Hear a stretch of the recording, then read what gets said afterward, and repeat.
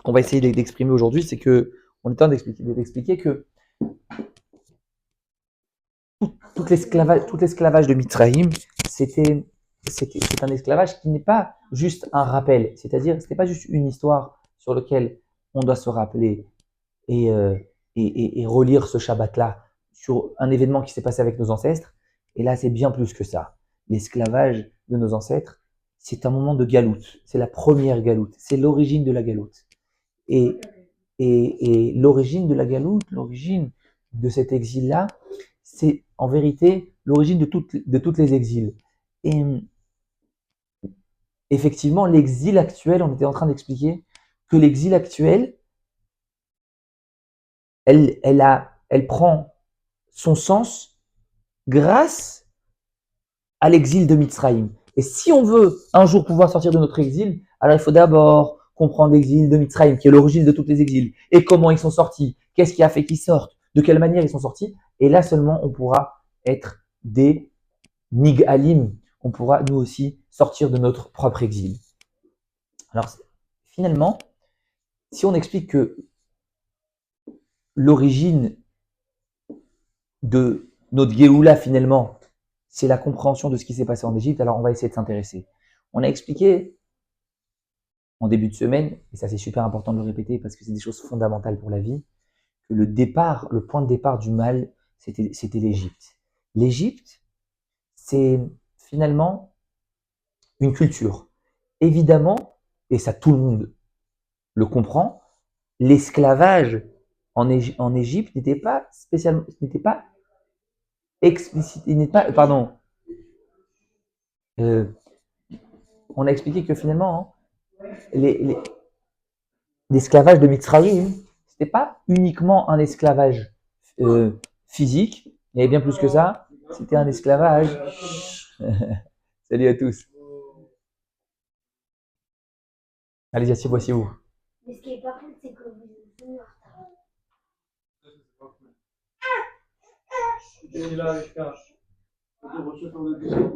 Non, il n'y a pas de problème, il n'y a pas de problème. Alors, Bezrat Hachem, non, il n'y a pas de problème, moi je suis au bête, c'est juste. Non, c'est la soirée qui. Allez, on avance. Alors, à Botaï, l'histoire, c'est qu'on a expliqué en début de semaine pour les jeunes, Esther, elle va même vous faire une khazara parce qu'elle était là au départ, elle était pas lundi, et vous avez beaucoup de chance parce que grâce à ça, vous allez vivre 10 fois mieux la suite du cours. Mais vraiment. Euh, euh, en réalité, donc je répète un peu, ok, ça vous m'excuserez la base parce que c'est la première partie. On a expliqué que toute l'origine des exils, c'était en Égypte. On a expliqué que finalement, pour comprendre notre exil à nous, on est obligé de comprendre l'exil, la galoute de Mitzrayim, la chiabout de Mitzrayim. Parce que si on veut réussir à sortir de notre galoute à nous et d'arriver avec Géoula, alors il faut comprendre l'origine des galoutes, qui est la galoute Mitzrayim, et comment ils sont sortis, de quelle manière ils sont sortis, et grâce à ça on peut sortir. Évidemment que on essayera, si on a le temps, d'arriver justement au titre du cours qui est la Shmirat Negia. Et c'est pas par hasard, écoutez bien, c'est pas par hasard que l'Égypte, c'est pas par hasard que l'esclavage en Égypte, qu'on est en train de dire dans cette période-là, qui est le Shiabud Mitzrayim, qui est donc Shemot Vaïra Béchalar, jusqu'à la Yetia, jusqu'à la sortie d'Égypte, c'est pas par hasard que les Koubalim, nos sages, ont compris et ont dévoilé une forme de ségoula, quelque chose de très puissant dans ces Shavuot-là qui s'appelle les Shovavim. C'est-à-dire les Shovavim, c'est les lettres Shemot, Vaera, Bo, Beshalach, Yitro, Mishpatim. Ce sont des moments où, pour les hommes en particulier, ce qu'on appelle Tikkun Abrit. Tikkun Abrit, c'est réussir à purifier et à arranger, à avoir une forme de prise de conscience sur en général le rapport intime qu'on a avec notre propre femme, le rapport qu'on a avec le féminin klali, avec tout ce qui est donc en rapport avec le brit. Et ça, si les Chachamim, ils ont, et la Torah, elle a mis en corrélation et en symétrie ce moment-là qui est adéquat, qui est raoui, qui est apte à pouvoir s'élever dans ce qu'on appelle le brit, le rapport intime, le rapport à ce que j'appellerais le comment dire, ce rapport oui, à un rapport sain, à un rapport sain avec le féminin.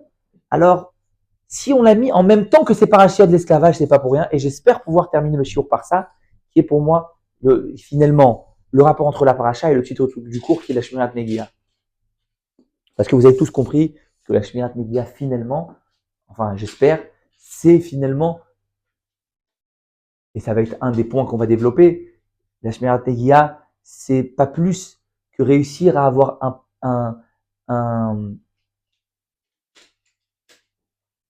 un esprit sain, ouais, un esprit dans un corps sain, ou la Shmirat Negiah, c'est tout simplement réussir à avoir un rapport sain dans tout ce qui est le rapport à la femme.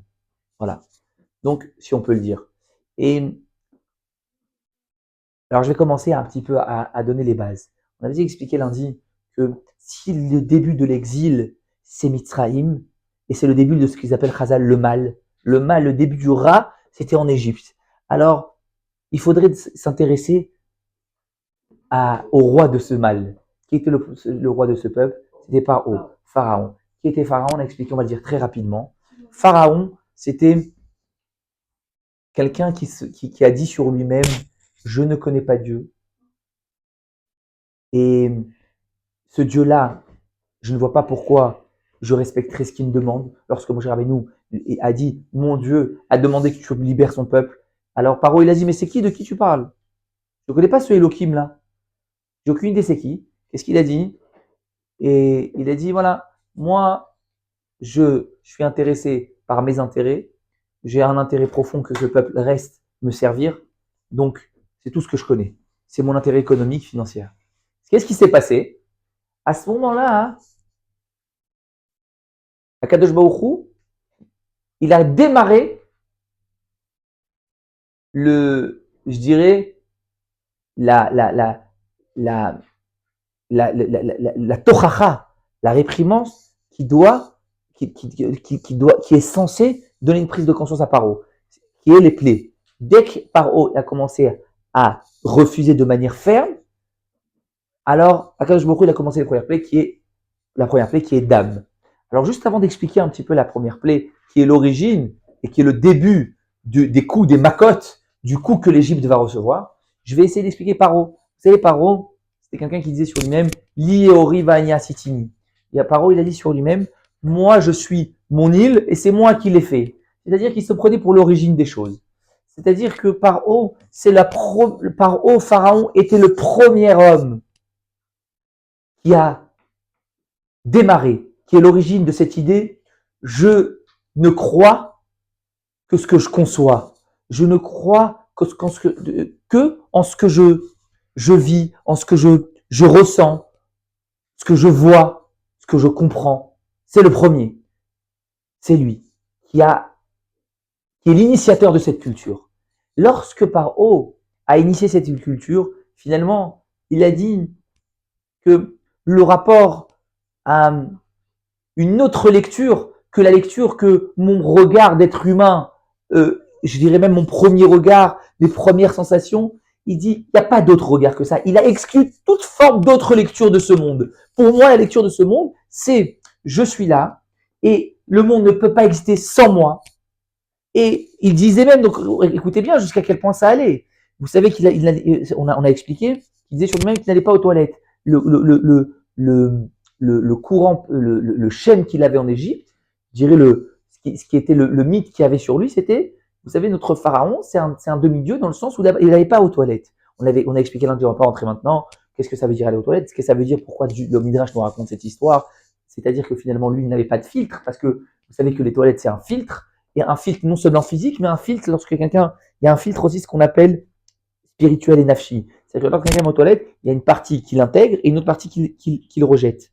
C'est la même chose au niveau des émotions. C'est la même chose aussi au niveau de Druchaniut. Lorsque quelqu'un il fait une mitzvah, lorsque quelqu'un, par exemple, il mange. Alors vous savez que quand vous mangez pour Shabbat, vous faites une mitzvah. Lorsque vous mangez l'Ichvot Shabbat, vous faites une mitzvah. Seulement, évidemment qu'il y a une grande partie lorsque je mange, il y a une grande partie qui est pour remplir ma ta'ava. C'est avec moi? Lorsque je mange, il y a une grande partie qui est pour remplir ma ta'ava. Cette partie-là, finalement, c'est la partie qui est retournée sur moi-même. C'est combler mes besoins, mes petits besoins à moi. Cette partie-là, au fond, c'est celle que mon être, je l'appellerais divin, pour pas dire neshama, qui est censé acquérir quelque chose dans cette nourriture. Puisque dans une nourriture, écoute bien, il y a la partie physique, mais à l'intérieur, chaque nourriture, de la même façon qu'il y a des nutritions que tu ne vois pas, qui sont censées te nourrir dans la nourriture, tu vois toi, mais tu vois pas la nutrition, il y a aussi ce qu'on appelle une nutrition spirituelle. Lorsque tu fais une bracha, lorsque tu vas manger, c'est pour pouvoir te concentrer, et la bracha, elle n'est là que en tant qu'introduction. Écoutez bien ça, Sarah, c'est important parce que si vous passez devant, c'est dommage. Ah, pardon. Rivka, oh là là, je suis fatigué. Rivka, il faut m'excuser là, j'ai pas dormi beaucoup de jours, beaucoup d'heures. Ouais. Là, j'ai pas beaucoup dormi du tout, donc déjà c'est difficile pour moi de s'exprimer. Donc c'est pas grave, Sarah Rivka. Je répète. Lorsque, vous savez, lorsqu'on mange, alors je répète, on intègre, il y a une partie qu'on intègre et il y a une partie qu'on rejette. Et ben, il faut savoir que de la même façon que physiquement c'est comme ça, et ben, spirituellement aussi, c'est la même chose. Finalement, lorsque je mange, pourquoi Chazal nous ont demandé de faire une bracha avant? C'est pour m'introduire à l'approche de cet aliment que je vais intégrer. C'est-à-dire que lorsque je fais une bracha, la bracha, elle est censée, en tout cas, de premier niveau, la première kavana que je dois avoir, c'est Hachem, aide-moi à pouvoir, à travers cette nourriture-là, ne pas rester juste sur remplir, le fait de remplir et ma ta'ava, mon envie première. Essaye, Akadosh Baruch Hu, s'il te plaît, je voudrais que tu m'aides à intégrer et à réussir à aller un peu plus loin dans cette nourriture que je vais intégrer, à réussir à construire quelque chose d'un peu plus élevé que remplir ce besoin premier que j'ai. D'accord? Voilà, Kolanéné, mais c'est ça. Alors, finalement, c'est l'explication fine de ce que tu dis. Kolanéné, oh la mazebloacha, Kilou, ouais, c'est comme Kilou Mahal, c'est comme s'il a profité comme si quelqu'un qui utilise des ustensiles du Betamigdash. Vous savez qu'on n'a pas d'utiliser pour lui-même, ça s'appelle Meïla, Kilou Malvagel, comme Kilou Gazal, comme s'il a volé de Dieu. D'accord?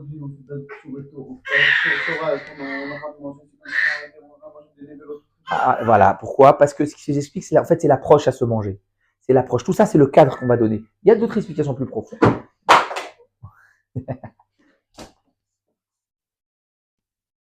Alors, maintenant, écoutez bien. Là, on démarre. Accrochez-vous. Il faut savoir que... Ah, c'est bon? Il est bien zoomé? Ouais. À part si vous bougez pas, tu peux pas. Bougez pas.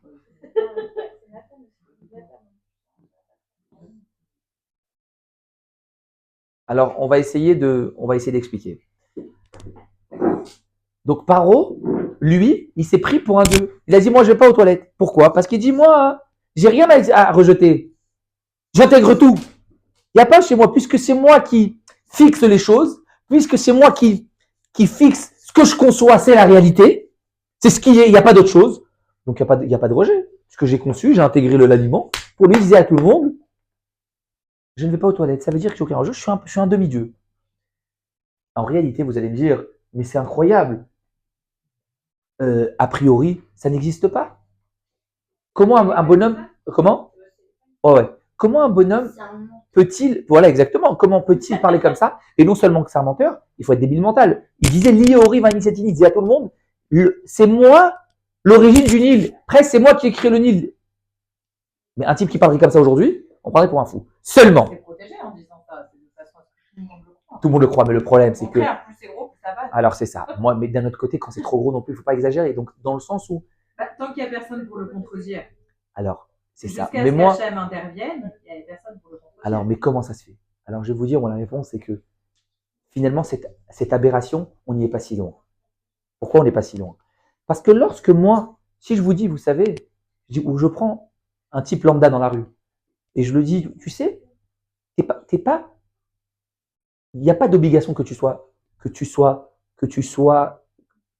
présent dans ce monde. Dans le sens où, sans toi ou avec toi, le monde y continue. Sachez que si vous réfléchissez bien sur ça, on vous dit ça, vous ne pouvez pas l'intégrer cette idée. Parce que on vit d'une manière où on ne peut pas s'imaginer un monde sans nous. Il y a un peu qui dit on ne peut pas vivre.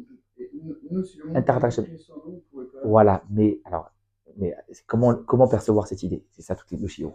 Ça veut dire que, a priori, écoutez bien, l'aberration de Paro, et ça faudra le mettre, Rivka. A priori, l'aberration de Paro, qui disait sur lui-même, je suis un demi-dieu, et le monde ne peut pas exister sans moi, au fond, on vit de la même manière. Au fond, si je vous dis, mais toi, tu es juste un élément, je dirais, éphémère dans ce monde. Alors, on va expliquer c'est quoi éphémère. Et sans toi ou avec toi, la métiout, la réalité continue. Sachez que si vous essayez de réfléchir un tout petit peu plus profondément à la phrase que je viens de dire, vous n'arriverez pas à l'intégrer. Mais non, on dit, ou non, même pas ça. C'est impossible.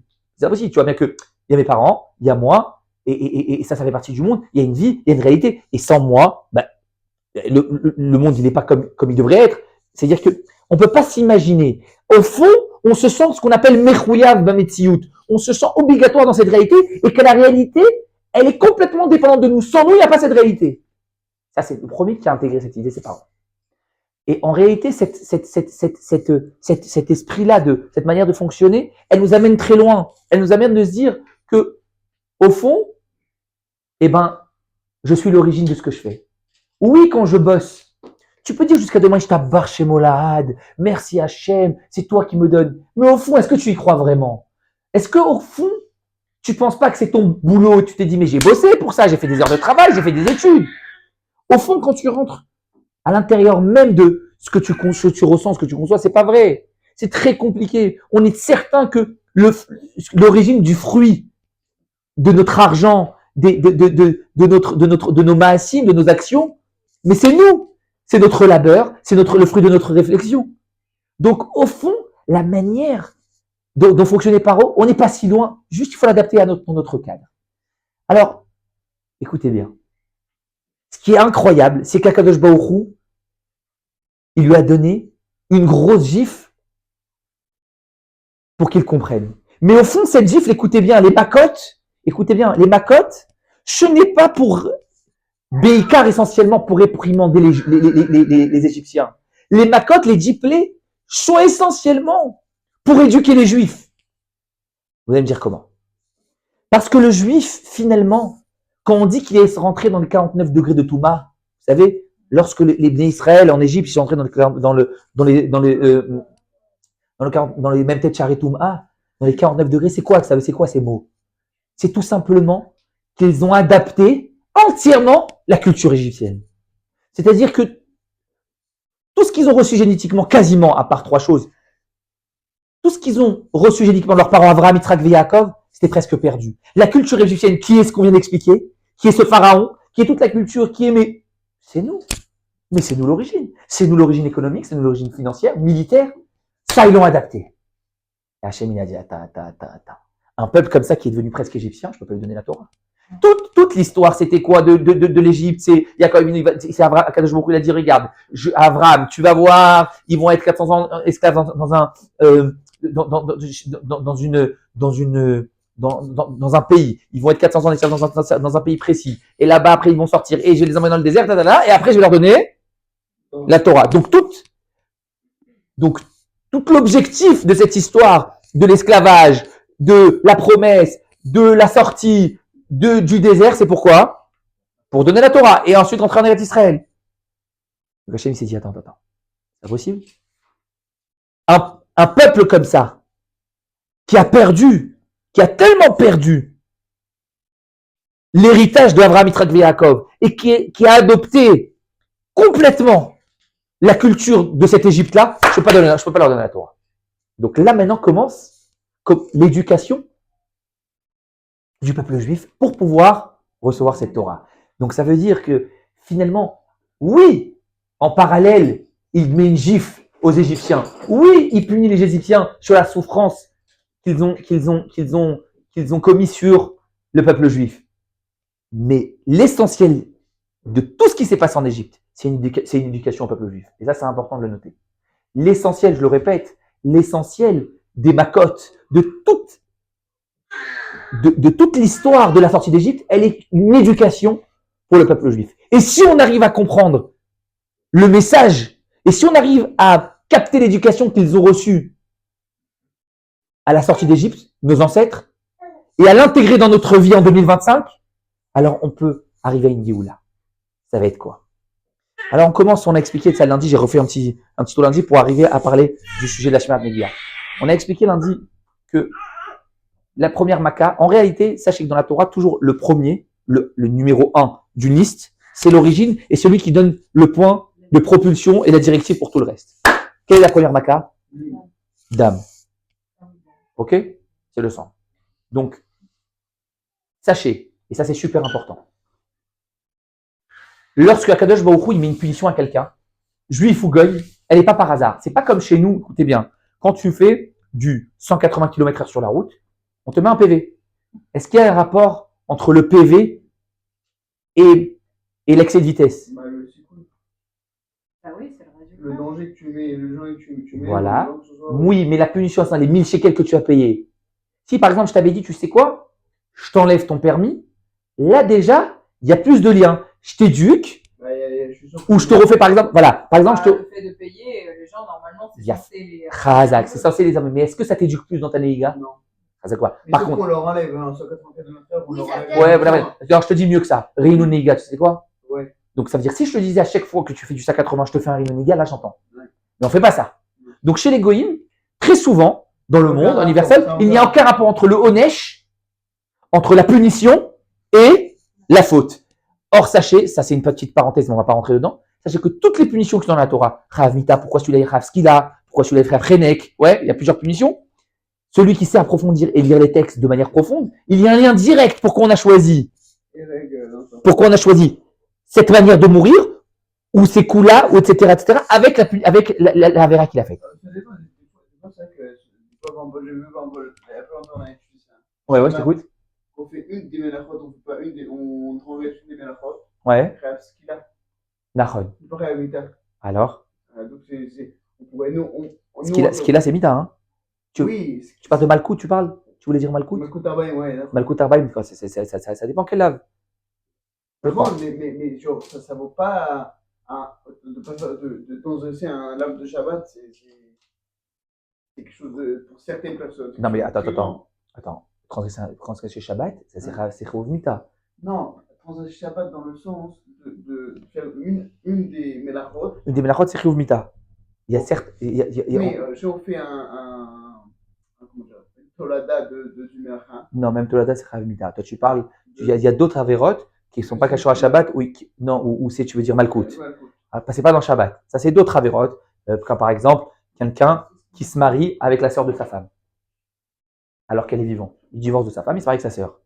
Par exemple, ça c'est un lave, Malkout. Mais c'est pas Chouv Mita. Mais les Melachot Shabbat, sauf si tu fais des choses des Rabbanan. Alors là, il n'y a même pas Malkout. Oui. Si tu fais des Rabbanan, ce qu'on appelle pas Minatora, il y a des Mouktsé par exemple, qui est des Rabbanan. Ça, il n'y a pas Malkout. Il y a ce qu'on appelle, il y a ce qu'on appelle des Koumi des Rabbanan, Mardout, Rav Mardout. Voilà, 39 coups. Alors je reviens. Écoutez bien. Quel est le premier, comme ça, parce que comme ils ont déjà écouté cette première partie, donc je vais venir sur cette première pour partir directement à la deuxième. Quel est la première Maca? Rappelez-vous? Ouais, ils vont voir dans la caméra, ils vont dire celle-là. Elle va être incroyable.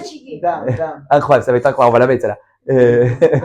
Elle a bien un ange, Quoi? Dame, Khazak. Alors on y va sur Dame, écoutez bien.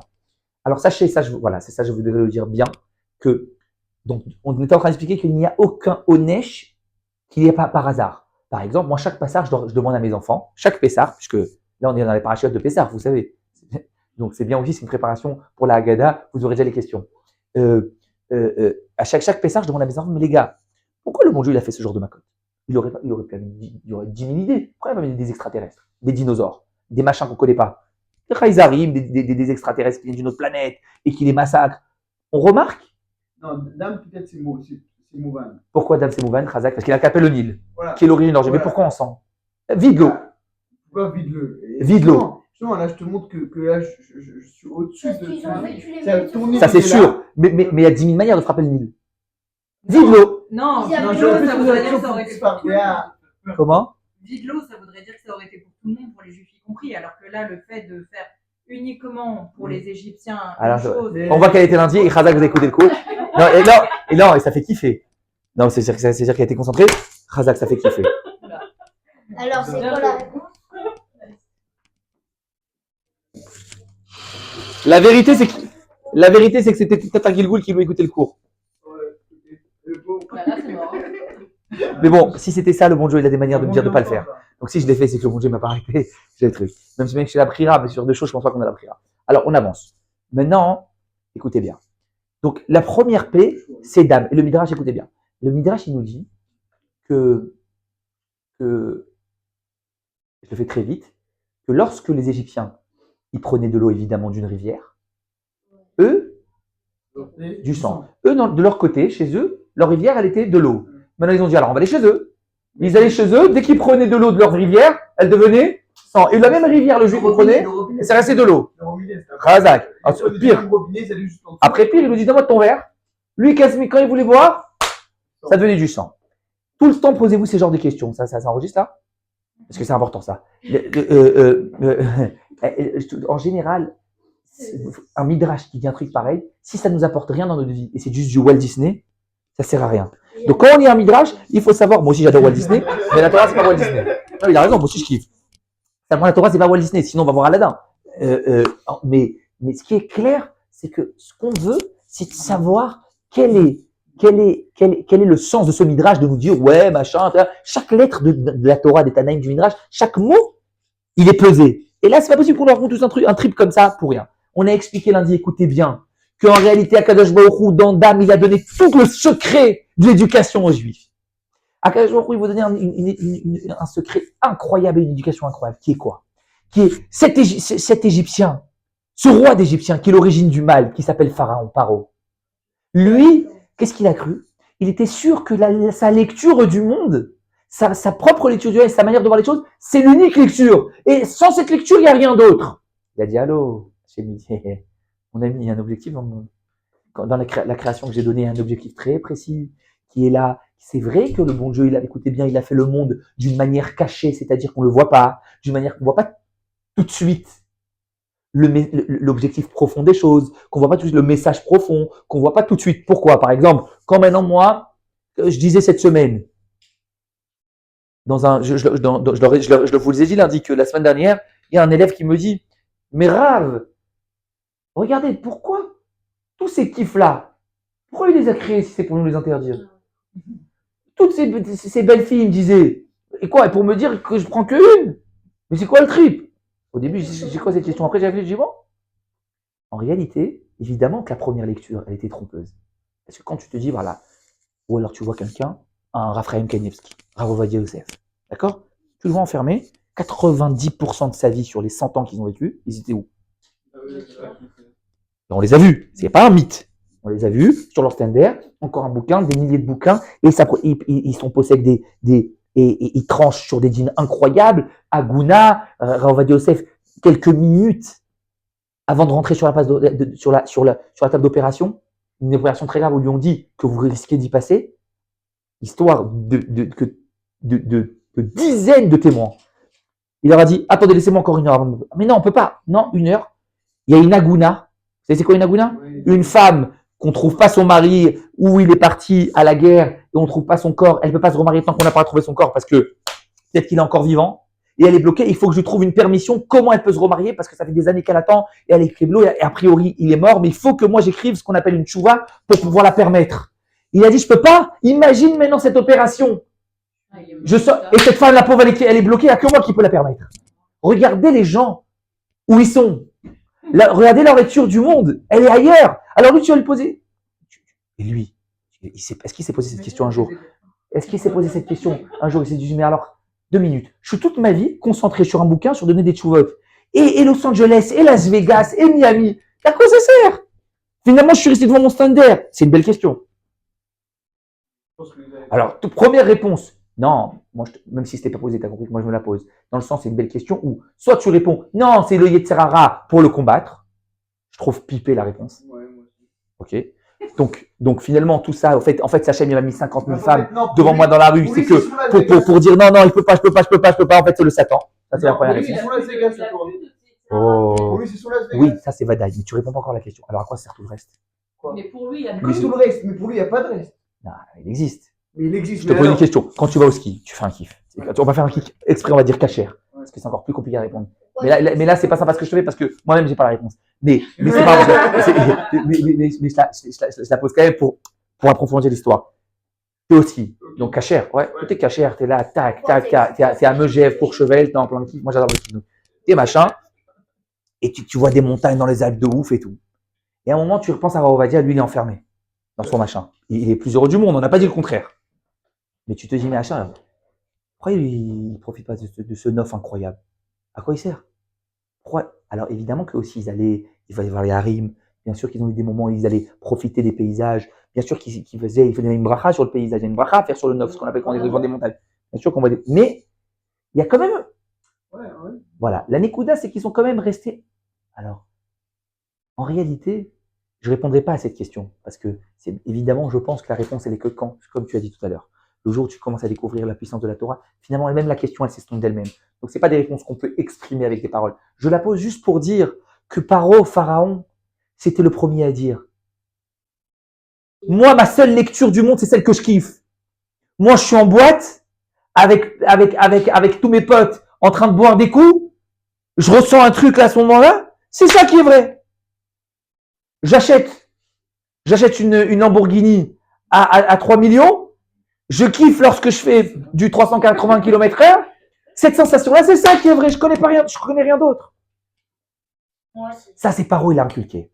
Pharaon, il a dit ce que je pige. Ou alors, là, on a parlé de kiff physique, mais il y a le kiff scientifique. Parce qu'un philosophe athée, ou un grand scientifique athée, il est là pendant des mois sur une équation. À la fin, il découvre la bombe atomique. Mais tu sais le kiff que c'est? C'est une jouissance incroyable. Donc, il connaît pas autre chose. Ça, j'ai compris. Ça, j'ai perçu. Ça, j'ai créé. C'est ça que je connais.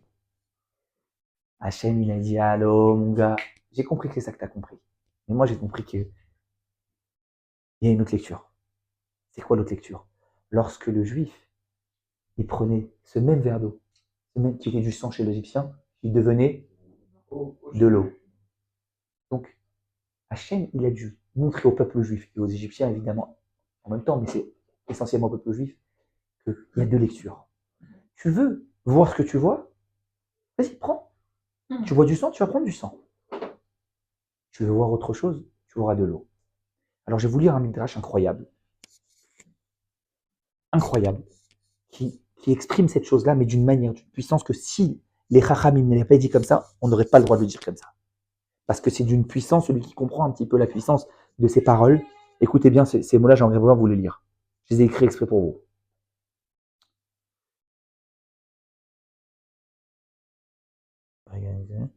Non. C'était où? Les Égyptiens, c'était pas qu'une question de vision, c'est même quelqu'un qui n'était pas dans les décisions de l'armée, etc., qui voulait aller prendre de l'eau, même je sais pas, une maman ou quelque chose, je pense qu'elle avait aussi le sang, ouais.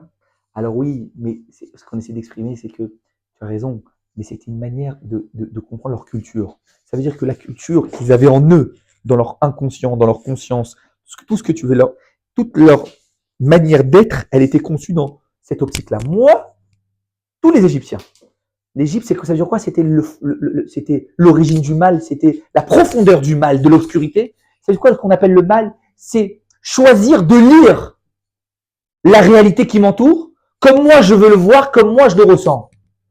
Et donc c'est ça un petit peu le message dans le sang. Ça veut dire, ce qu'on te dit, ah bon, vous voulez comme ça, il n'y a pas de problème. C'est comme ça que vous vivez, alors vous voyez du sang, vous aurez du sang. Mais celui qui est capable de se dire que dans chaque réalité, il y a une autre manière de lire les choses. Alors, et vous savez, c'est exactement, écoutez bien, Sarah, vous allez kiffer cet exemple. Vous connaissez ce Raham dont la fille est venue et lui dire, papa, regarde, il y a un problème, je me suis trompé juste avant Shabbat, elle est venue pour allumer des bougies. Et elle lui dit, mais papa, on n'a plus d'huile, On n'a que du vinaigre et j'ai mis du vinaigre, je me suis trompé. Qu'est-ce qu'il lui a dit, son père? Il lui a dit, celui qui a dit à l'huile de brûler dira au vinaigre de brûler. Qu'est-ce que c'est cette phrase? C'est très simple. C'est exactement le cours qu'on est en train de dire. Je viens d'y penser, j'avais pas pensé. Je vais rajouter sur mon iPad. Le cours, c'est exactement ça. C'est cette Gemara, c'est quoi? C'est ça dépend de ta lecture. Si toi, tu veux comprendre que la réalité, elle est figée selon les lois de la nature, et que les lois de la nature, c'est ça qui décide tout, et il n'y a pas d'autre réalité. Alors oui, ça sera que l'huile qui allumera. Mais moi, ma fille, j'ai compris qu'il y a d'autres lectures. Et de la même façon, dans toute ma vie, comment ça commence? C'est quoi ton prénom? Kevin, c'est quoi? Comment ça commence? Ça commence pas à être un baba salé, parce que celui qui croit qu'il va pouvoir changer les lois de la nature comme ça, il va dire, ah, moi, oui, mais moi, j'y crois au bon Dieu, donc ça va pas se faire.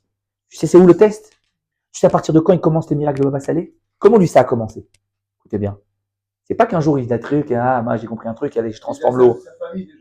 Ah, bah, oui, mais évidemment que c'était ça sa famille. Mais lui, il était quelqu'un qui n'a pas travaillé, il n'aurait rien eu.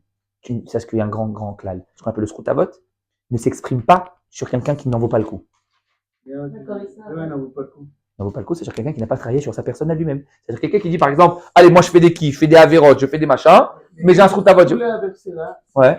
Ils étaient tous chez eux à la maison. Chacun il avait un truc. Oui, non, t'as pas compris. J'ai maintenant un Bersera qui dit, mais non, moi, je vais en boîte, je vais te faire une bracha, ça va marcher. Mais non. Ah, Raza, c'est ce que j'ai dit. Donc, le scroutavot ne marche que si tu vaux le coup. Oui. C'est ça que je voulais dire. Non, Tu m'as compris? ouais, ils étaient enfermés, c'est ce que je te dis, ils étaient enfermés. C'est ce que je te dis. Oui. Donc, je dis que le scroutavot ne marche que Oui. si la personne en elle-même, elle est un clé pour recevoir ce scroutavot. J'avance. Écoutez bien. Bah, c'est- Ouais, exactement. Maintenant, Baba Salé, comment ça a commencé? Alors, tu m'as pas, voilà, j'étais en train de ma phrase. Comment ça a commencé? C'est pas, il s'est dit, ouais, moi, j'ai pigé un truc et c'est machin. Et qu'est-ce qu'il a pigé à Baba Salé? C'est évident, ça. Et Baba Salé et les autres. Il a pigé une seule chose. Il dit, Hachem, en fait, dans toute ma vie, j'ai compris qu'il y a une autre lecture. Mais où ça commence? Dans des petites choses. On explique toujours dans la nourriture. Ça veut dire que la nourriture, c'est soit, première lecture, oh, j'ai une grosse tentation là, j'ai une faim, je l'arrache. Ok? J'arrache le sandwich pour satisfaire mon besoin et il n'y a rien d'autre. Et je me casse. Ou alors, attends. Il y a peut-être autre chose dans cette nourriture. Peut-être Hachem demande autre chose. Quand tu commences dans ces choses qu'on appelle, mais dans ce que j'appelle le rationnel, là, on n'est pas encore dans l'irrationnel. Dans ce qui est simple, dans le rapport à la femme. Est-ce que Hachem, quand je vais avec une femme, quand j'ai un rapport intime avec une femme, est-ce que c'est juste pour, j'ai très envie et j'assouvis mon besoin et c'est fini, ça s'arrête là? Non. Il y a quelque chose de plus profond. Peut-être si Hachem, il a fait que les choses se font de cette manière, si le rapport intime se fait de cette manière, il y a peut-être une autre lecture à ce rapport intime. Du moment où lui, tous ces rapports, il les avait différents, là commence après le miracle. Mais tout est dans cette introduction-là. Celui qui croit qu'il va sauter ces étapes-là, et direct, il va dire, non, ça y est, moi, je regarde plus rien, ça y est, je suis un tzaddik, je ne vois plus rien, et il n'a pas travaillé sur ces finesses-là, ça vaut rien. Ouais, bon, on va pas parler de ça, ne nous intéresse pas. Et ça tient pas. Alors écoutez bien maintenant. Écoutez bien. Je veux lire, incroyable, Rivka, vous êtes sûr que ça enregistre là? Parce que ce midrash-là, il m'a, grâce à vous, je vais vous le dire, il m'a amené dans une autre dimension. Bémet. Je voudrais vous le lire. Attends, mais c'est où? Parashat Vayera, Nachon? Ça enregistre, Rivka? Écoutez bien. L'Obara, Rabbeinu Yona. Écoutez bien ce Rabbeinu Yona. L'Obara Kadosh Baruch Hu et Adam, Shenikrat Tzadik Veyachar Betzalmo, et la Kedesha Adam Yetzadik Veyachar Kamoto. Akadosh Baruch Hu n'a créé le monde. Pardon. Akadosh Baruch Hu n'a créé l'homme, lui qui est tzadik, lui Dieu, et qui est droit, que pour que l'homme soit tzadik et droit comme lui. Ou botit bakou. Et attachez-vous à lui. V'chiev shar et Adam et dabek bashrina. Et comment je peux m'approcher et me coller à cette shrina? C'est un être qui est suprême. C'est un être sublime. Je peux même pas m'approcher, je brûle. S'il m'approche. Et là, chez Yelech Adam bidrachav. Comment je me rapproche de lui? En allant dans son chemin, les higdamotlo pour lui ressembler. Écoutez bien, et c'est là le plus important. Et ça, j'en parle chaque cours. Maouchanoun, Afatachanoun. De la même façon que lui, les miséricordes. Alors, toi aussi, tu sois miséricorde. Maou, Mevaker Cholim. De la même façon que lui, il est Mevaker Cholim. On a vu ça chez Abraham Avinu dans Parashat Vayera. Il est venu à Kadosh Baruch Hu après le 3e jour de la Brit Mila pour rendre visite à qui? À Abraham Avinu. Donc, de la même façon que lui, il va visiter les pauvres, toi aussi. On va dire, écoutez bien, là, c'est le plus important. Nous rajoute Rabbeinu Yona. Attendez, d'abord, Mao Kover Metim, c'est marqué à Vaikbor Otobagaï les Moshe Rabbeinu. Toi aussi, tu dois être Kover Metim, c'est-à-dire que c'est une des plus grandes mitzvahs, ce qu'on appelle le Chesed chez mecs. Un type qui trouve un mort et on n'a pas de quoi l'enterrer, il n'y a pas les moyens. Une des plus belles mitzvahs, c'est de trouver une tombe, de prendre. À l'époque, c'était pas dans les moyens. À l'époque, il y avait un mort. La mitzvah, c'était de le prendre, de faire le trou, de creuser. Aujourd'hui, c'est de pouvoir donner de l'argent. C'est une des plus belles mitzvahs parce que ce qu'on appelle un Chesed Shel Emet. C'est la puissance du Chesed parce qu'il ne te le rendra pas. Il n'y a pas de retour. Chazak. Et je termine. Et là, c'est ce qui m'a fait voler. Nous termine Rabbeinu Yona. Mahu mamtsi et haolam. Afata tamtsienu. Ah, dommage, ne passe pas. Parce que sinon, tu vas dans la vidéo. Vas-y, va là-bas. Mais non, parce que ça, c'est un truc que tout le monde entier doit savoir.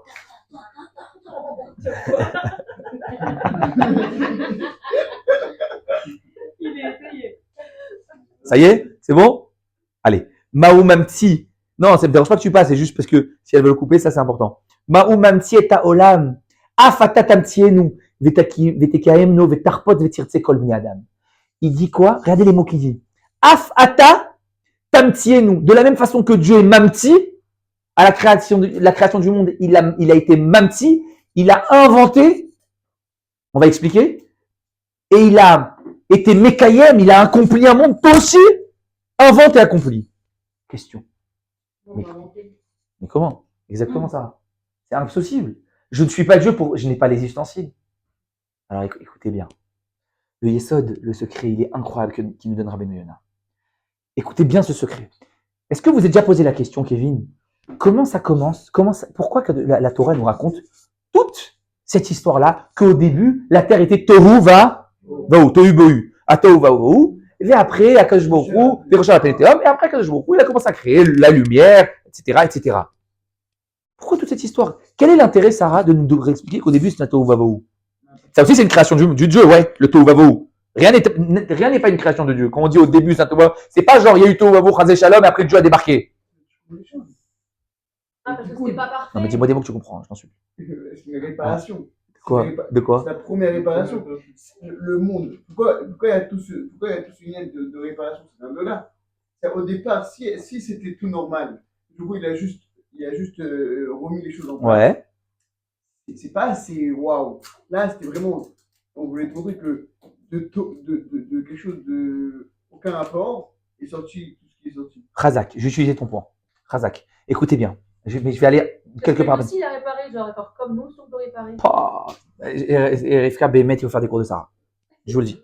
Écoutez bien. Donc, j'ai étudié vos 2 points, c'est ça la shlemout. Écoute bien ça. C'est incroyable parce que c'est ça que j'ai volé. En fait, quand un Kadosh, écoutez bien. Quand un Kadosh Baruch Hu, à travers la Torah, il nous explique et il nous énumère toute l'histoire de au début, Vaïtatou Vavohu, et après il y a eu la lumière, et après il y a eu toute la création. Hachem, il te dit, voilà, moi j'ai été Mamti, écoutez bien. Il y a une différence entre Mamti et Boré. Mamti, c'est faire dévoiler quelque chose qui est caché. Boré, c'est créer de rien. Akadosh Baruch Hu, il t'a dit, regarde, en réalité, il y avait du Tohu Vavohu. C'est quoi Tohu Vavohu? C'était obscur. Ouais. C'est-à-dire, je comprenais rien, tout était mes boulganes, tout était balagan, je comprends rien. J'ai des questions, je pige rien à la vie. Et des contradictions. Pourquoi, Hachem, tu me fais ça, des souffrances? Pourquoi je passe des Shabbats seuls, je suis célibataire? Pourquoi? Dur, je souffre, c'est difficile, plein de questions. Je suis Hatzouv. Ça, c'est le bilboul, c'est le Tohu Vavohu. Hachem t'a dit, il y a une possibilité de lecture. Vayi Or. C'est quoi Vayi Or? Hachem a créé la lumière. C'est tout d'un coup, les choses prennent un seder. Je commence à comprendre ce qu'on veut de moi. Je commence à comprendre pourquoi je dois passer par ce cheminement, par ce chemin de vie. Ça, c'est le Or. De la même façon qu'Akadosh Baruch Hu, il a créé comme ça. Il te dit, toi aussi, t'es un mamti. C'est-à-dire quoi? Toi aussi, t'es une forme de créateur. Et ça, c'est les mots mamage de Chazal. Pourquoi je suis créateur? Parce que Akadosh Baruch Hu te dit, maintenant, à toi de jouer. Je vais créer un monde dans lequel, après la faute d'Adam Arishon, évidemment, il y a ce qu'on appelle le Esther. Je me cache. Je suis plus là. Vous allez plus me voir comme Adam Arishon voyait les choses clairement. On est d'accord? Et encore plus dans la galoute. Encore plus en Égypte. Encore plus dans notre galoute actuelle. C'est-à-dire qu'on comprend rien. On est assujetti. On souffre. Il y a des chayalim qui meurent tous les jours. C'est difficile. Il y a des mamans. Il y a des femmes veuves. Il y a des mamans qui perdent leur enfant. Pourquoi? Obscur. Hachem, t'es où?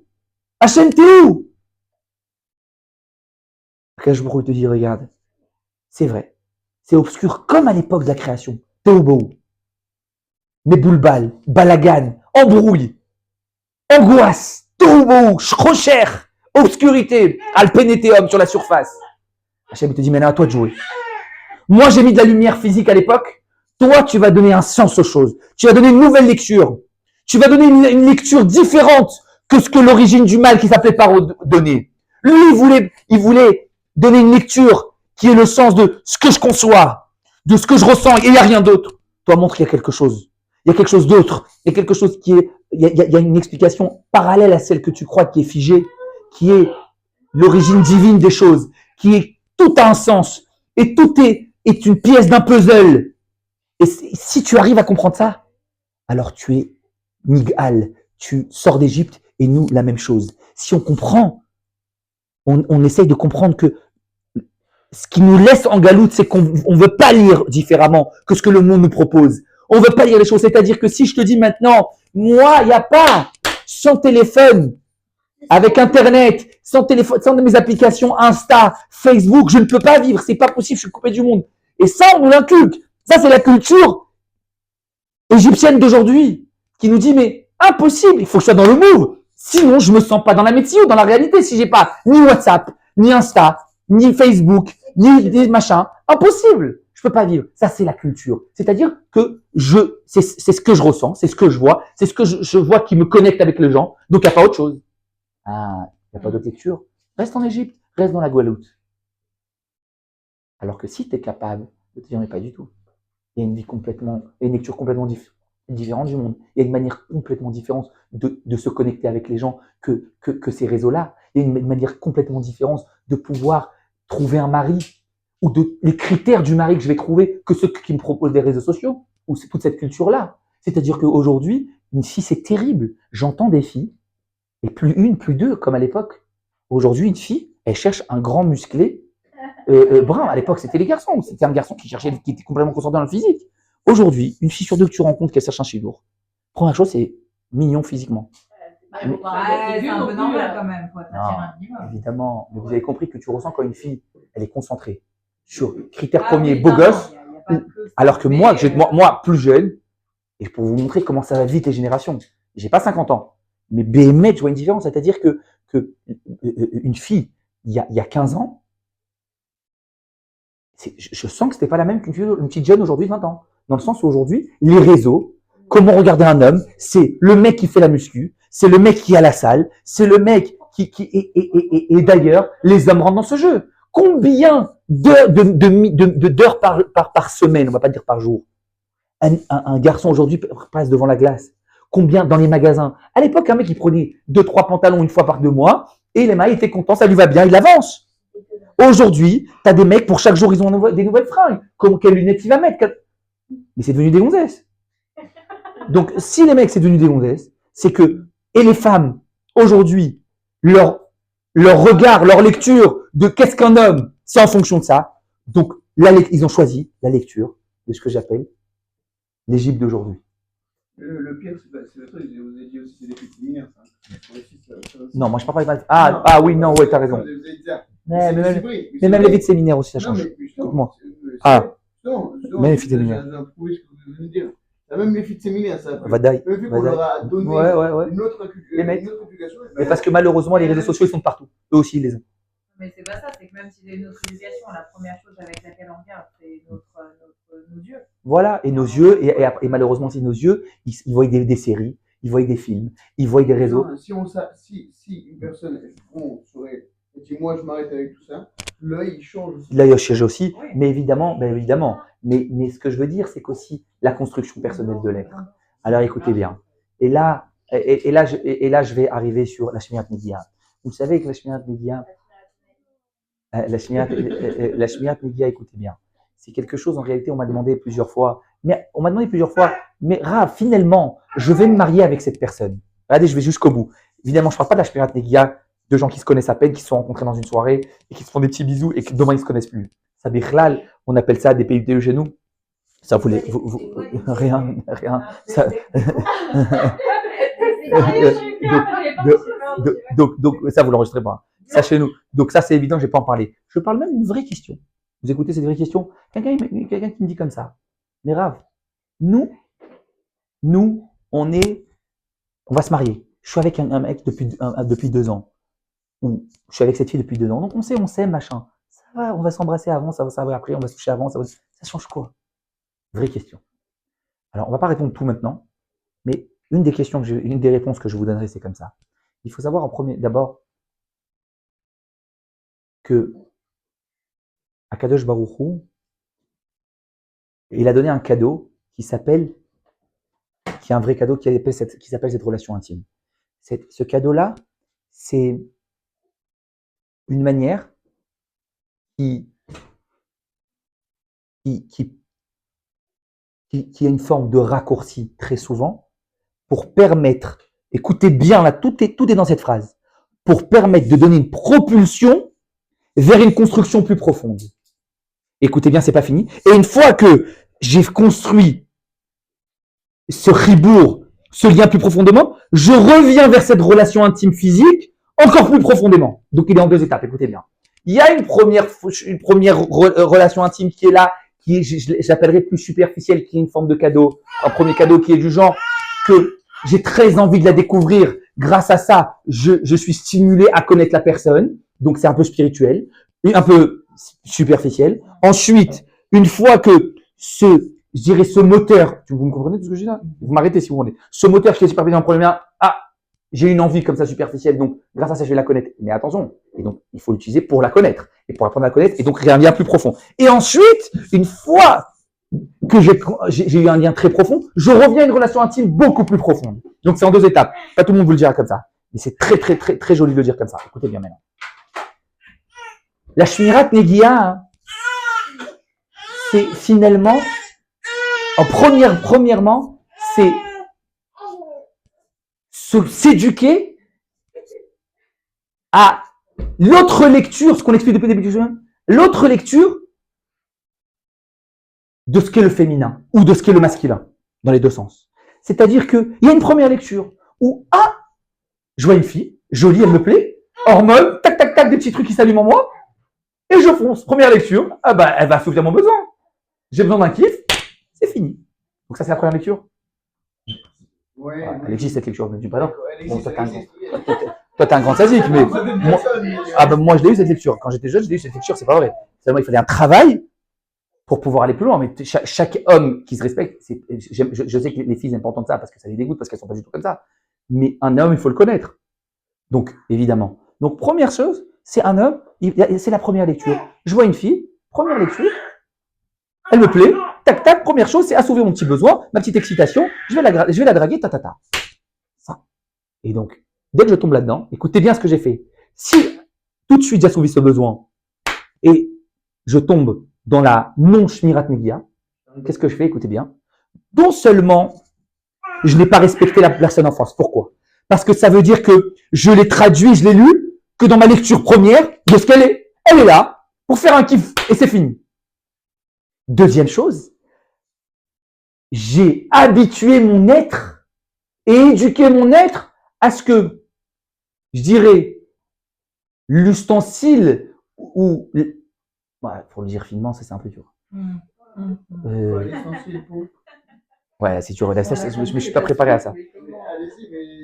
Ouais, c'est pour ça que je parle jamais de merde des gars. C'est ces derniers groupes qui me poussent de parler de ça, mais c'est dur de le dire. On va le dire crûment, mais bon, vous l'effacerez. Le membre qui nous, je dirais, voilà, ça veut dire c'est éduqué. En réalité, écoutez bien, c'est lorsque je vais et alors attends, je finis. Et parce que déjà c'est dur alors. Ouais, écoute bien. Ça veut dire que oui, mais on pourrait les jouer de manière plus conceptuelle. C'est pas juste 2 minutes. Parce que on pourrait trouver de manière plus conceptuelle. Un petit montage. C'est déjà bon. C'est bon. Ça veut dire que c'est resté debout. Attends, non, c'est très bien. C'est qu'on n'est pas non plus au fond du. Non, écoutez bien. Ouais. Je vais dire plus conceptuellement. Écoutez bien. Mais c'est un peu intellectuellement, j'espère qu'il comprendra. C'est que, écoutez bien, lorsque je tombe dans la non-shmirat negia, même avec une personne avec qui je suis très sérieusement, et on compte se marier, mais avant tout, j'ai éduqué mon rapport à ce que j'appelle le rapport intime j'ai éduqué mon être à dire, ah, ce rapport intime-là, c'est quoi? C'est juste pour assouvir un besoin, et ça s'arrête là. Et écoutez bien, et lorsque j'éduque ce rapport-là au féminin d'une manière superficielle, de cette manière, ça sert à ça, à faire un kiff, à assouvir mon premier besoin et c'est fini, sachez que même avec sa propre femme, après ça reste comme ça toute la vie. Et c'est très compliqué d'y sortir. Alors que lorsque je me suis éduqué depuis mon célibat, à me dire allô, mais pas du tout. Tu sais le cadeau que c'est, cette approche-là du rapport intime qu'on m'a donné. Mais attention, ne le salis pas, parce que sinon dans ton être profond, il va devenir vicieux, malsain. Et donc avec ma propre femme, pour construire quelque chose de profond, de tahor, de fort, j'y arriverai plus. Deuxième chose, écoutez bien. Sachez qu'à chaque fois qu'on touche une femme, on lui laisse des traces. Mais pas des traces comme on croit sales. Sachez qu'une femme, c'est beaucoup plus fin, c'est beaucoup plus élevé. Et à chaque fois qu'elle se laisse toucher, il y a des traces de cet homme. Ça veut dire quoi? Émotionnellement, dans sa neshama, il y a quelque chose qui reste. Il y a quelque chose de très difficile après. Et après, le problème, c'est quand on veut construire avec son homme, avec l'homme avec qui on va passer sa vie. Alors, il y a des choses pour faire le filtre, pour réussir complètement à mettre à zéro la disque dur, pour pouvoir ressentir que il n'y a pas autre chose, il n'y a rien d'autre. Et aussi, ressentir que le rapport physique et intime, il n'est que la suite d'une construction très profonde et puissante qu'on a eue avec l'autre, par amour, par recherche de l'autre. C'est très compliqué. On laisse des traces qui sont difficiles. Donc, les hommes, et les hommes aussi, sachez que vous avez des traces. Sachez qu'on a tous des traces et après, pour construire avec sa femme, on a des comparaisons, on a des restes, on a des séquelles, et pour construire de manière forte et puissante, ça met que des freins. Ça met que des freins. Et donc, dès qu'on a, c'est ça la deuxième lecture. C'est ça la deuxième lecture qui rejoint exactement le shiur de Paro. De sortir d'Égypte de cette manière. Et écoutez bien. Et ça, je voudrais vraiment qu'on l'intègre. Et quand je parle de ce message, bémet que je me parle à moi-même parce que c'est très difficile au quotidien, stressant, avec les enfants de l'appliquer. Donc, je le répète à chaque fois que je parle du couple, pour moi-même en premier. Sachez qu'il n'y a pas plus grand kiff.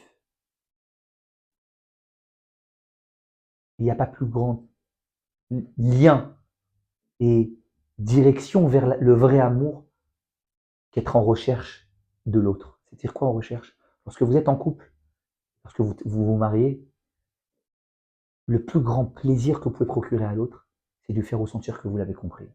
C'est de lui faire ressentir que vous avez réussi à toucher quelque chose de très profond que personne n'a encore réussi à toucher. Vous avez gratté parfois, c'est difficile parce qu'il n'exprime pas, ou elle n'exprime pas, ou il n'exprime pas, et il dit parfois l'inverse de ce qu'il pense. Et c'est très difficile de pouvoir concevoir ce qui est vraiment en lui. Mais quand vous allez chercher, et vous n'avez pas lâché l'affaire. Et là, petit à petit, lorsque la personne en face sent que vous n'avez pas lâché l'affaire, il s'ouvre. Et là, tac, vous arrivez à mettre le doigt sur quelque chose. La jouissance que vous procurez à l'autre. Mais il y a la chose qui est encore plus puissante. C'est que vous avez procuré de la jouissance à l'autre. Ne pouvez pas vous imaginer la jouissance qu'on se procure à nous-mêmes, que de réussir à sentir que vous avez touché quelqu'un au plus profond de lui, mais touché dans le sens où vous l'avez perçu réellement. Et quand je l'ai perçu réellement, c'est comme si il nous a laissé une place au fin fond de son être et on a fusionné. Par la compréhension. Et sachez que si on fait ce travail, alors même le rapport intime, il a une autre place complètement. Il prend une autre dimension, même physiquement. Et je le répète, même physiquement, lorsqu'on ressent une personne fondamentalement, la jouissance physique, elle prend une autre dimension. Et je finis par une histoire incroyable. Écoutez bien cette histoire. Est-ce que ça enregistre bien? Il ne me lâche pas, c'est pas possible. Excusez-moi, 2 minutes. Moi, c'est urgent? Ouais. C'est urgent, je peux te rappeler dans 10 minutes? Non. Je suis côté au collet, là? Non, pas du tout. 10 minutes. Non, mais je t'en prie, je vais rentrer en chambre. Bah alors, je peux pas, moi aussi.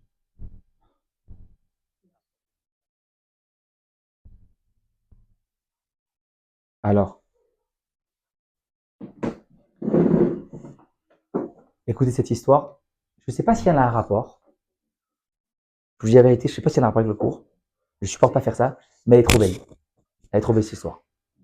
Il y a un type. Donc déjà, est-ce que vous avez des questions sur le cours? Comment on fait pour effacer? Oh. Pour les hommes, vous Elle est très avez forte dit parce c'est, qu'elle a toujours la question qui pique.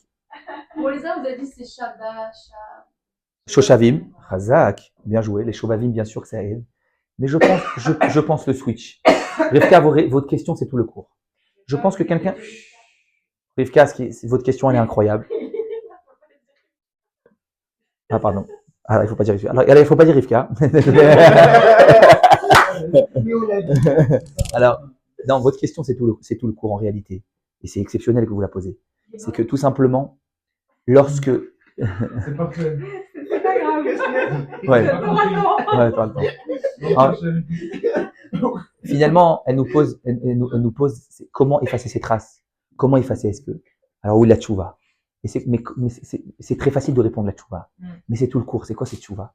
C'est du moment où quelqu'un, à partir du moment où il a intégré ce qu'on a dit ce soir, et il s'est dit maintenant je vais relire les choses. Écoutez bien, je voudrais avoir une relecture de la vie, du rapport à mon homme, du rapport aux hommes que je rencontre, évidemment pour me marier, du rapport aux femmes que je vais rencontrer et à mon épouse, où je fais le switch que la lecture de Paro, finalement, la mauvaise lecture de Paro, c'est-à-dire comprendre que ce que je vis, ce que je ressens, mes premières sensations, mes premiers kiffs, ce que je conçois, il n'y a pas que ça. C'est pas ça la Metsiout.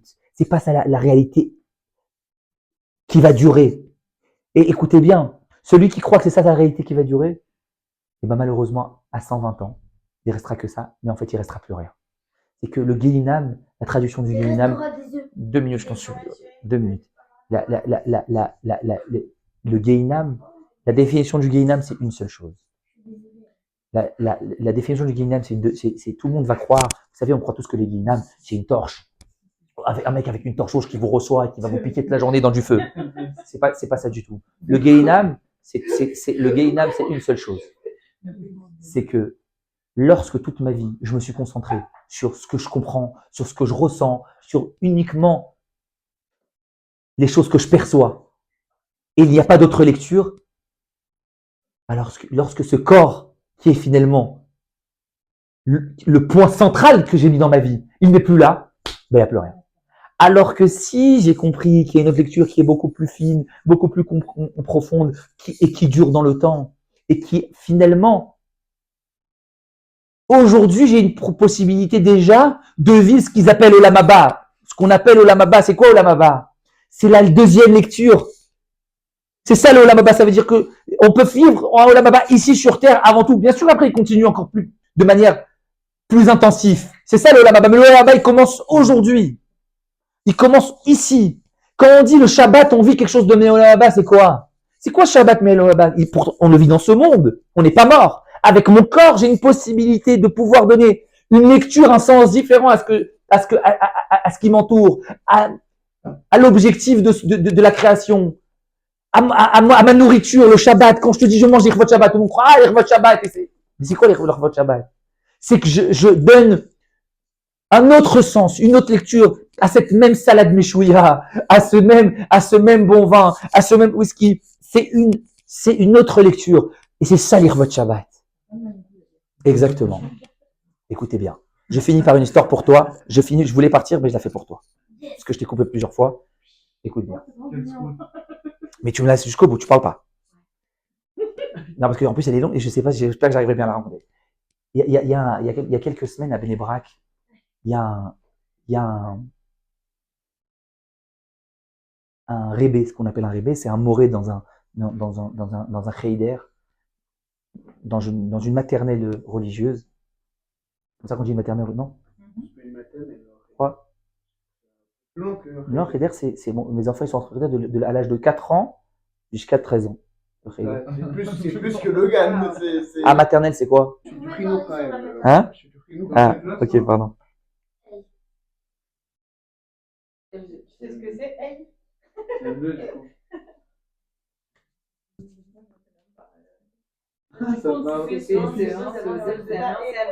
On y va, Rabotaï? Allez, parce qu'il faut vraiment que je parte. On m'attend pour le sioux. Alors, il y avait donc un moré, un rébé, un enseignant dans un cheder, dans une école religieuse à Bnei Brak. Et un jour, il sort de l'école et il marche dans Bnei Brak pour aller faire des courses. Et il rencontre un bonhomme. Et il lui dit, Yossi, Rav Yossi, c'est vous? Incroyable de vous voir ici. Le Rav Yossi, il le regarde. Il lui dit, mais qui Non, on a dit, on pose pas de questions. Non, sinon je la raconte pas. On répète. Et qu'est-ce que vous avez fait rire, vous? Parce qu'en plus, j'ai dormi 3 heures par nuit, moi, chaque chose, ça me perturbe. Non.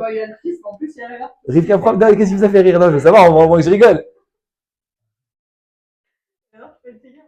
Ah, ok. La vérité, colle à Kavod, Rivka, elle prépare des shurim tous les soirs. Alors, je sais pas comment elle fait. Ouais, alors, Rivka, on y va. Pas de questions? C'est bon? Parce que sinon, après, c'est pas parce que la question n'est pas bonne. C'est parce que ça me coupe dans le fil et j'arrive plus. C'est moi le problème. À la fin, tu me demanderas les questions. Tout, c'est le moré, mais tout à la fin. Et on recommence. Donc, on recommence depuis le départ. Il y avait donc un rébé un enseignant d'école à Bnei Brak qui sortait de son école donc pour faire des courses et il rencontre en plein milieu de la rue un bonhomme et il lui dit, Rav Yossi, c'est vous? Et ce Rav Yossi, il dit à l'enseignant, au moré, mais qui tu es? Je te reconnais pas. Mais Rav Yossi, comment ça va? Il en a. Il le regarde d'une manière mais étonnante, mais je vois pas qui tu es. Il dit, mais Rav Yossi, vous vous rappelez pas? J'étais à l'école il y a 40 ans de cela. Vous étiez mon moré. Vous êtes bien Yossi Schreiberg. Il lui dit, oui, je suis Schreiberg, vous vous rappelez pas? Il dit, je m'excuse, tu sais, j'ai vieilli, j'ai eu beaucoup de classes entre temps, non, je me rappelle pas. Mais oui, c'est vous, oh là là, quel bonheur de vous voir. Et sachez, c'est vous qui m'avez inspiré à être moré comme vous. Enseignant comme vous. Il dit, ah bon? Moi? Pourquoi je t'ai inspiré? Je vais vous raconter. Est-ce que vous vous rappelez qu'il y avait un certain David dans ma classe qui s'appelait David Rothenberg? Et ce fameux David, il vivait d'une famille très riche. Et nous, dans ma famille, on était très, très, très modestes. Et on vivait dans un petit 3 pièces avec 12 enfants, tout petit appartement. Et vous savez, j'avais pas l'habitude de voir des belles choses. Et un jour, ce David, vous savez, ce David, d'abord, il venait tout le temps avec des beaux vêtements. Il changeait de basket. Il changeait de chaussures tous les jours. Il avait des trucs qui allaient très, très cher. Et c'était incroyable de voir ça. Et un jour, il arrive avec une super belle montre de luxe. J'avais jamais vu ça de ma vie. Il a dû l'emprunter de son père, etc. Et il arrive à l'école. Et j'avais jamais vu ça. Et tout le monde regarde sa montre, tout le monde, etc. Et un jour, en pleine afsaka, en pleine récré, on est resté dans la classe jouer par terre aux cartes, aux dés, aux machins. Et il l'a laissé de côté, il l'a enlevé pour pouvoir jouer. Et il l'a mis sur une chaise. Et là, il y a un Yetzirah qui m'est rentré de lui prendre cette montre. Et c'est rentré très fort en moi. Et j'ai dit, je vais lui piquer la montre. À ce moment-là, il va pour se baisser, ce garçon, ce fameux David, pour jouer. Je passe par derrière, il l'a mis sur la chaise et je la prends et je la mets dans la poche. Il joue. À la fin de cette récré, il se retourne, ce David, pour prendre sa montre. Elle n'est plus là. Rave, on m'a volé ma montre. Et c'est une montre que mon père, c'est une montre de luxe que mon père a bien voulu, par sa gentillesse, de me laisser, etc. Comment je vais faire? Sans cette montre, comment je vais faire? Et on me l'a volée, c'est sûr, elle était là, Rave. Et là, vous savez ce que vous avez fait, Ravi aussi? Vous avez fermé la porte de la classe et vous avez dit, Rabotaï, il n'y a pas de voleur, ça n'existe pas. Je sais que vous êtes tous des enfants exceptionnels, Kdoshim, purs, il n'y a pas de vol chez nous. Mais regardez, c'est possible qu'un enfant fait prêt d'arriver dans sa poche, la montre, etc., etc. Et c'est possible, écoutez jusqu'à la fin de cette histoire. Et c'est possible que par inadvertance, alors ce qu'on va faire, on va se mettre tous en queue leu. Chacun, il va être en Les cas, faut vraiment dormir. Bah, que d'elle, elle va devoir travailler plus dur parce qu'elle va devoir couper. Oh. Ah, je la connais. Mais pourquoi ça vous fait? Non, mais au moins, participez pas au rire. Je supporte pas quelqu'un qui rigole et je peux pas participer, moi, je rigole. C'est laquelle elle est? Ah, c'est laquelle elle est? La queue. Ah ouais, oui. Ah oui. J'ai mal dit la queue le. Je m'en faire de dos. On continue, on la reprend depuis le début. Ah non, non, Non, non. non, continue. Et là, mais essayez parce que j'arrive pas à tenir le truc. Alors, restons sérieux. Et donc, vous allez tous vous mettre en queue leu, en ligne. Ok, Faut que je parte. vas-y, allez. Vous allez tous vous mettre en file indienne. File indienne. Voilà. Donc, vous allez tous vous mettre en file indienne. Et chacun, vous allez tous fermer les yeux. Et je vais passer à côté de chacun. Et celui qui la trouve dans sa poche par hasard, il la sort. Et quand je vais passer, je vais la prendre. Et comme ça, alors, effectivement, tout le monde s'est mis en file indienne. Et là, vous êtes passé à côté de chacun. Et là, quand vous allez arriver à moi, j'ai ressenti un Yetzer de me dire, mais non, ça y est, moi, j'ai pas une montre comme ça, j'aurai jamais une montre comme ça, je vais la garder. Mais j'ai quand même travaillé sur moi. Et j'ai dit, bon, personne regarde en plus, c'est peut-être le moment où je la sors. Et je l'ai sortie. Et vous l'avez prise. Et à la fin, une fois que vous êtes passé devant tout le monde, vous avez dit, mais vous voyez, elle est là, je l'ai trouvée. Je savais qu'il n'y avait pas de voleur. Et ce qui est incroyable, Rav, j'étais sûr qu'à la fin, vous allez m'appeler. Et vous allez enfin, toi tu restes là s'il te plaît, je vais te parler, vous allez me faire un scandale. Eh ben non, vous l'avez pas fait. Et non seulement ça, j'étais sûr que le lendemain, vous l'avez pas fait parce que vous étiez pressé. J'étais sûr que à partir de ce moment-là, vous allez me regarder différemment. Vous n'allez plus me voir comme les autres élèves. Je suis un voleur. Vous m'avez jamais donné l'impression. Écoutez bien. Et là, le Moré dit à Youssef, vous vous rappelez de ça ou pas? Et lui dit, oui, je m'en rappelle, mais il faut que je te donne un secret. C'est pourquoi je me suis jamais réagi, j'ai jamais fonctionné avec toi différemment. Parce que moi aussi, j'ai fermé les yeux quand je suis passé pour prendre, pour pas voir c'est qui l'a pris. Et finalement, écoutez bien, la plus belle chose dans cette histoire, c'est que dans la vie, tout est une question de regard. Tout est une question d'optique. Et parfois, lorsque je donne à l'autre une possibilité de le voir différemment, de le lire différemment, alors il peut exprimer des choses incroyables.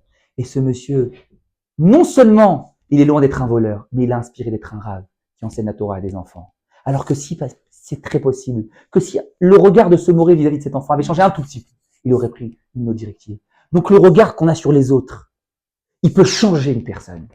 Il peut changer la personne en face et il peut nous changer nous-mêmes. Parce que si on arrive à regarder les autres d'une manière plus profonde, de leurs valeurs réelles, aller un peu plus loin que les juger directement, alors on se jugera nous-mêmes différemment. On verra qu'on est capable de bien plus. Et on arrivera à voir nous-mêmes, à nous regarder de manière beaucoup plus positive. Et tout le monde de manière positive. Et lire le message divin, je vais l'appeler, le message que Akadosh Baruch Hu voudrait bien qu'on lise à travers sa création, le lire de la manière la plus profonde, la plus juste et la plus vraie, qui amènerait la Géoula à ce peuple juif, la Ahava et l'amour entre nous, et l'amour vis-à-vis de Dieu. Elle n'est pas incroyable l'histoire? Ben c'est pour ça que je voulais, voilà, parce que au début vous avez tous imaginé, je m'imaginais. C'était logique. Mais la fin, que le Moré il a fermé les yeux, ça c'était. Il a eu raison parce que intérieurement, forcément, On est tous comme ça. C'est pour ça qu'au fond, moi, je sais que je voulais